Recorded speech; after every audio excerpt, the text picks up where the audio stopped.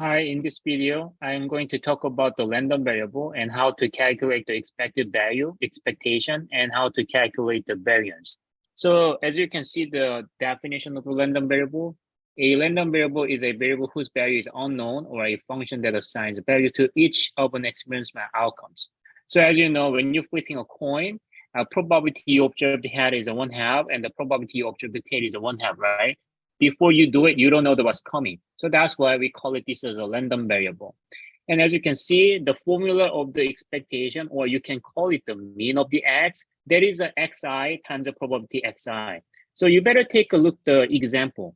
So I define head equals 0 and the tail equals 1. And then the probability you observe the head is 1/2 and probability you observe the tail equals 1/2, right?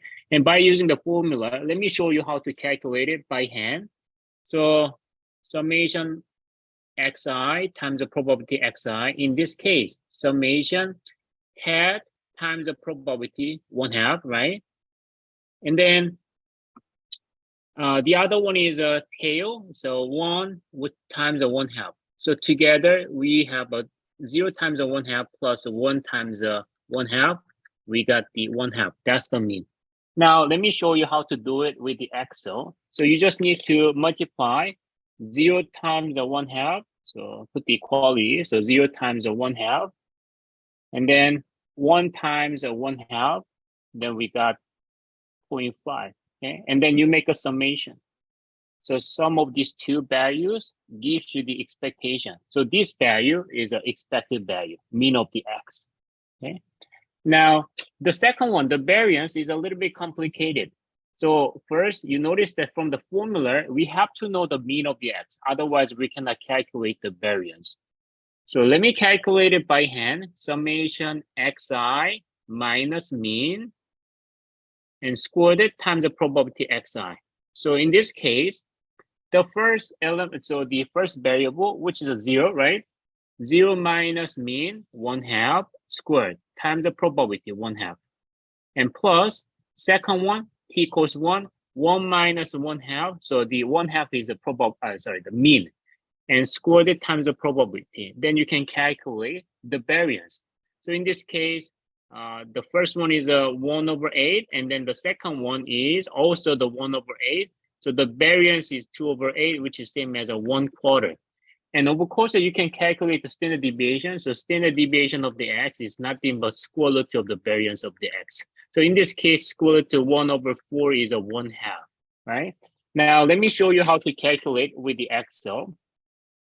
So put the equality, 0 minus 1/2 squared times probability, 0.5. So the 0.5. And then do the same thing, 1 minus this mean, which is a 1/2, and squared it times the probability, 0.5. Then we got the 0.125. And then the sum of these two numbers, which is a 0.25.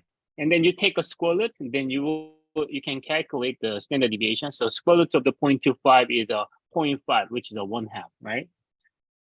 So that's a little bit boring example. But now let me show you the different example, which is the blackjack. So you play the game of this blackjack, and it's known as when you win this game, let's say that you bet the $100. And if you win, you get the $100. And the probability you win is a 0.422.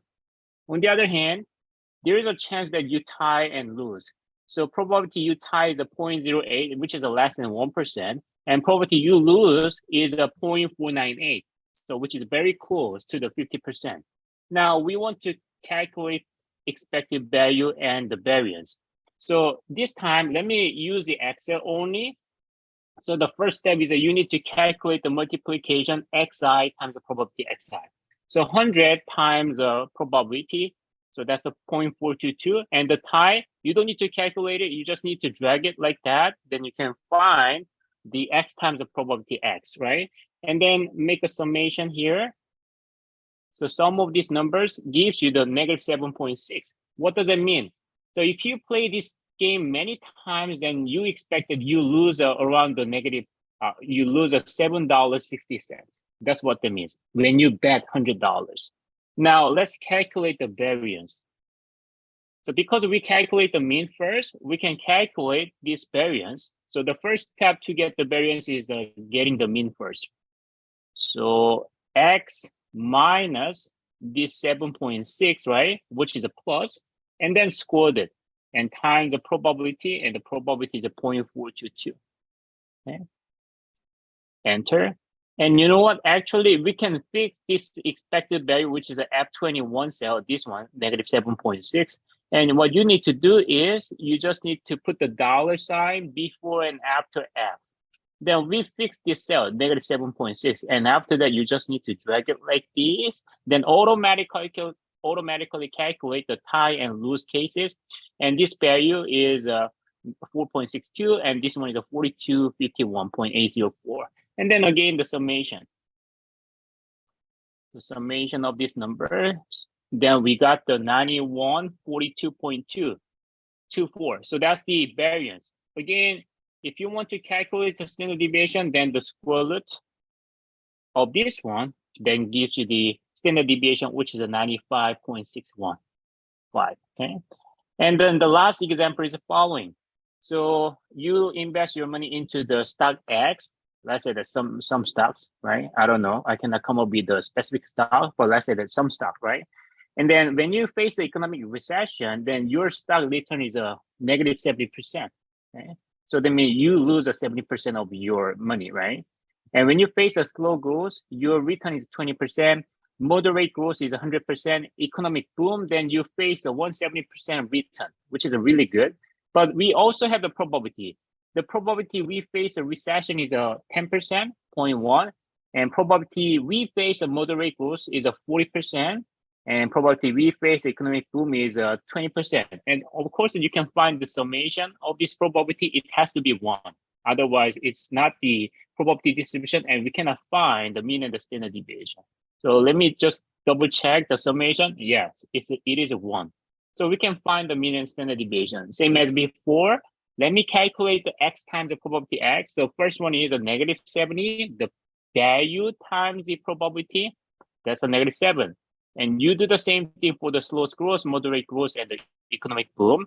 And then summation. Then you can find the expected value, the average, which turns out the 73. And then because we calculate the mean, now we can calculate the variance. So put the equality and the parenthesis.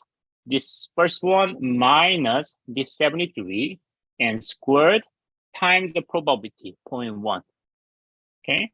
And again, I can fix this cell, which is 73. That is the average. So you just need to put the dollar sign before and after G, like that. Then after that, you just need to drag it, then automatically calculate. So you can save your time. And then the summation of these numbers, then you can find the variance, which is a 5061. So that's it, today's class. Let me end this meeting here.